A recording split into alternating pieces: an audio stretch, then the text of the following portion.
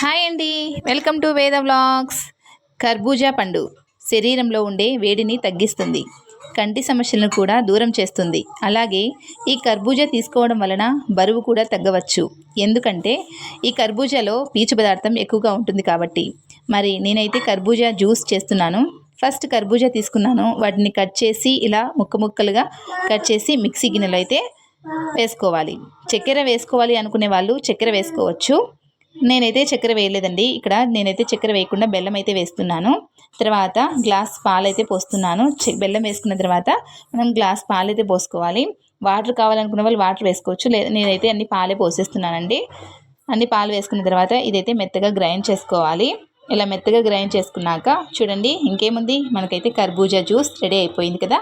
చాలా బాగుంటుంది, చాలా టేస్టీగా ఉంటుందండి. ఈ సమ్మర్లో ఇలా తీసుకోవడం వల్ల హెల్త్కి చాలా మంచిది. ఓకే, మీరు కూడా ట్రై చేయండి ఫ్రెండ్స్. బాయ్.